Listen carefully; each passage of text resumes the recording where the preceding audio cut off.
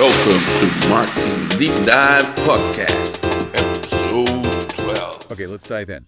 Picture this. It's 1997, and the vodka scene, totally dominated by Russia, Eastern Europe. Right. If you wanted a quality vodka, that's where you looked. Heritage was everything. Exactly. Then, bam, this French vodka appears. Grey Goose. Striking bottle, totally different vibe.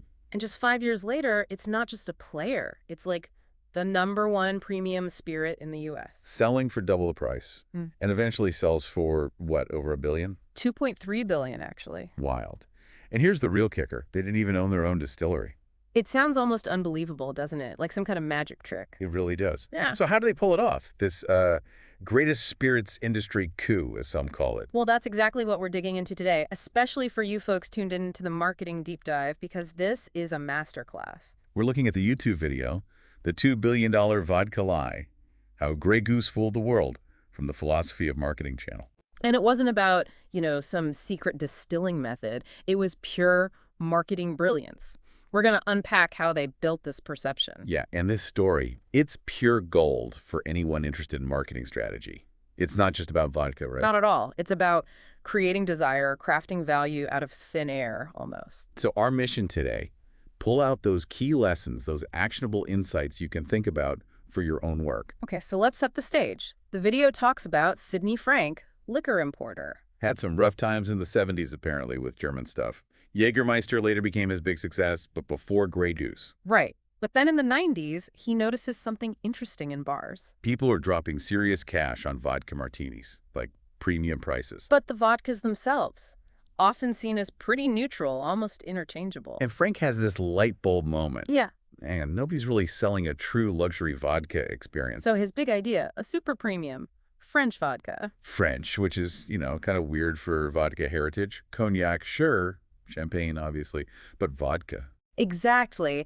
And this is where it gets really interesting. Frank makes 3 huge calls, totally against the grain. Okay, what were they? 1, make it in France. 0 vodka heritage there, really. Huh. Okay, 2. 2, price it high? Around $30. That was double the existing premium brands like Absolute. Wow. And 3. 3, launch with minimal traditional advertising, like very little spent on big campaigns initially. So French vodka, double the price, hardly any ads. Sounds like a recipe for, well, failure. You'd think so. But this brings us straight to our first big marketing takeaway from the video. Lesson 1, when you can't win on heritage, win on perception. Ah, okay. Explain that. Well, Grey Goose wasn't trying to compete with the Russians or Poles on their centuries of history. They couldn't. Right. No ancient family recipes. So instead, they created a new perception. Vodka as innovative, modern luxury. It wasn't about tradition. It was about something aspirational, something new. People weren't just buying vodka. They were buying status, perceived quality. Precisely. The video really emphasizes that. You are buying the feeling, the image. And the packaging absolutely nailed this, didn't it? That frosted bottle. Oh, yeah. It just screamed purity, elegance. And the little clear window showing the vodka. Clarity. Plus the name, Grey Goose. Sounds French, sounds chic. And Frank apparently said something like, I'll make it French and I'll make it the most expensive. If it's the most expensive, they'll buy it. It's almost shockingly simple. Just pure psychology of luxury pricing. Yeah, that high price tag works as a mental shortcut, right? Must be good if it costs that much. Especially for something like vodka where taste differences can be subtle for many people. Okay, but fancy bottle, high price. That's not enough on its own, surely. Definitely not. You need context. You need the right people seen with it. Which leads to marketing lesson 2. Create status through strategic scarcity and placement. The seeding strategy, the video calls it. Love that term. It was genius. They didn't just try to get onto every supermarket shelf. No, they were super selective. Where did they target? Think exclusive nightclubs in Miami, New York. Restaurants frequented by celebrities, high-end hotel bars, private clubs. Even first-class airline lounges, right? Exactly. Places where influential people would see it, order it, be seen with it, before influencer marketing was even a term. So for our marketing listeners, this wasn't just distribution, it was deliberate status building. Totally. The video quotes a former spirits exec saying Sidney Frank didn't just buy shelf space, he bought bar space. Because ordering a drink in public is also making a statement about yourself. That's the insight. It wasn't just getting the product out there, it was strategic status creation, making it aspirational from day one. Okay, that makes sense. And this ties into the next lesson, right, about the story versus the actual product. Perfectly. Lesson 3. When products are similar, sell the story, not the substance. Because, let's be honest, vodka is vodka to a lot of people. The differences can be hard to pin down. Right. Competitors were banging on about, filtered 5 times, special charcoal, technical stuff. Grey Goose went a different way. They built this incredibly appealing origin story. Finest French wheat from Picardy. Distilled only once. Filtered through champagne limestone. It just sounds sophisticated, doesn't it? Very French. It paints a picture of artisanal craft, superior ingredients, very different from the sort of industrial feel of triple distilled. And the crazy thing is, it worked. The video points out a blind taste test. Yeah, where Grey Goose apparently ranked 8th out of 12 premium vodkas. 8th. But perception-wise. Number 1. Perceived as the highest quality, it's mind-blowing. And the sales reflected that perception. By 2000, they were selling 1.5 million cases a year at double the price. Yep. Masterful perception management, as the video calls it. Just brilliant. There's another quote in there, isn't there? Something about selling an experience. Yeah, an industry exec saying something like, the average person can't tell premium from standard in a blind test, but we're selling an experience, not just a spirit. And Grey Goose just owned that perceived experience. But they needed something more solid, didn't they, to back it up? They did. They needed validation. Which brings us neatly to marketing lesson 4. Third-party validation creates instant heritage. Okay, so how did they manufacture heritage? They didn't, really. They borrowed credibility. The key moment was in 1998. What happened then? They entered the Beverage Testing Institute competition and won World's Best Tasting Vodka. Ah, that award. I remember seeing that everywhere. Exactly. That single award became absolutely central to their marketing. It gave them instant legitimacy. Suddenly, this newcomer had proof it was the best. That's such a powerful shortcut. Instead of decades of history, you get one big award. And they leaned into it hard. On bottles and ads, everywhere. Let's talk numbers again, because they're staggering. Yeah. The initial investment was, what, $3 million?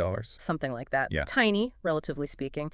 Then average marketing spend around $60 million a year. Selling 1.5 million cases by 2002.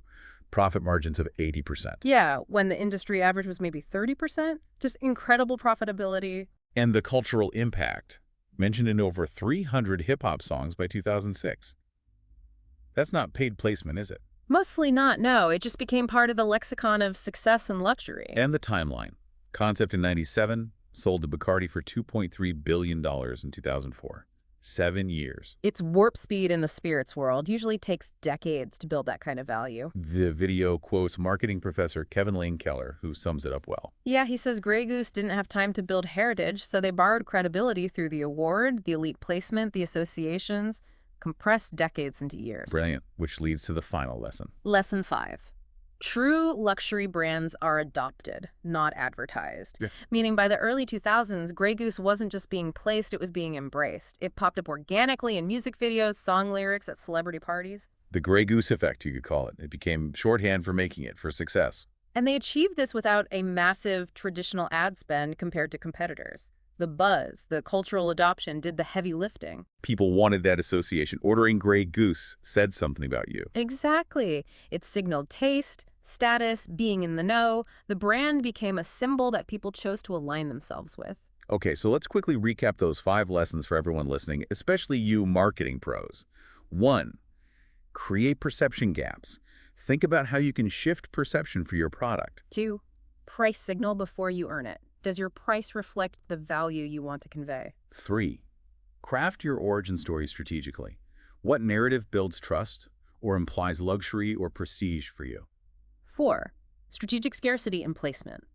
Where does who sees your brand matter more than how many? And 5, build validation from trusted sources. Which authority or influencer could give you that instant credibility boost? It all comes back to Sidney Frank's core insight, really. He knew he wasn't just selling fermented grain and water. He was selling a feeling. Yeah. A statement. An identity. Like Frank said himself, reportedly, we didn't sell vodka, we sold the perception of quality and status. That's worth far more than what's actually in the bottle. Incredible. What a story. So wrapping up, the Grey Goose saga is just this amazing case study in managing perception, understanding psychology, building a narrative. It shows how far that can take you. Even when the product itself isn't radically different from the competition. Exactly. So the final thought for you listening today is this. Where are the perception gaps in your field? How could you use some of these maybe less traditional strategies to build that desire, that perceived value? What's the story you can tell that might actually resonate more than the substance alone? Thank you for listening, and see you next Thursday for some more Marketing Deep Dive podcast.